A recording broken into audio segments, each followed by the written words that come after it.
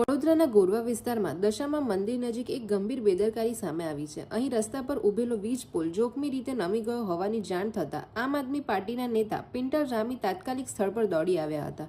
પિન્ટર રામીએ જણાવ્યું હતું કે આ અંગે MGVCLને તરત જ જાણ કરવામાં આવી હતી, પરંતુ જાણ કર્યા બાદ પણ જવાબદાર વિભાગ દ્વારા સમયસર કોઈ કાર્યવાહી કરવામાં આવી નથી, જેના કારણે સ્થાનિક રહેવાસીઓમાં ભારે રોષ જોવા મળી રહ્યો છે। આ મામલે પિન્ટર રામીએ આક્રોશ વ્યક્ત કરતા કહ્યું કે શું MGVCL કોઈ મોટી દુર્ઘટના કે કોઈ નિર્દોષ વ્યક્તિનો જીવ જાય તેની રાહ જોઈ રહ્યું છે?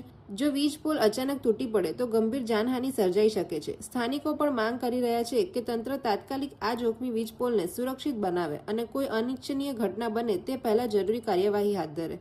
હવે જોવાનું એ રહેશે કે MGVCL આ ગંભીર મુદ્દે કેટલા સમયમાં પગલાં ભરે છે અને સ્થાનિકોની સુરક્ષા સુનિશ્ચિત કરે છે।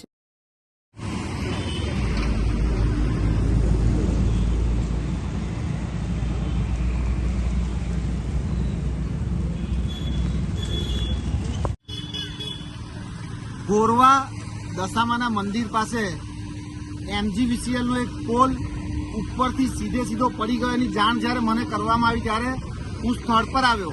મેં MGVCLના અધિકારીને ફોન કર્યો।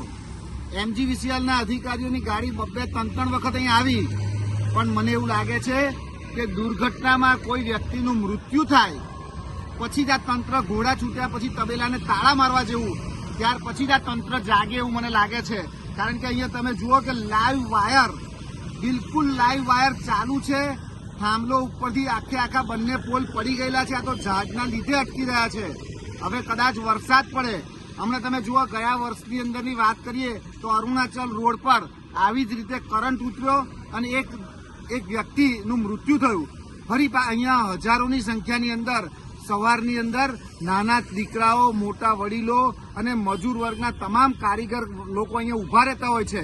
આ જો કદાચ પડશે તો મને એવું લાગે છે કે બહુ મોટી જાનહાનિ થશે અને ત્યાર પછી આ તંત્ર જાગશે। ત્યારે અમારા તંત્રને ચેતવણી આપી છે કે વહેલામાં વહેલી તકે MGVCLના અધિકારીઓ દ્વારા કામગીરી કરવામાં આવે, નહીં તો જો કોઈ પણ અનર્થ થશે તેની સંપૂર્ણ જવાબદારી આ અધિકારીઓની રહેશે।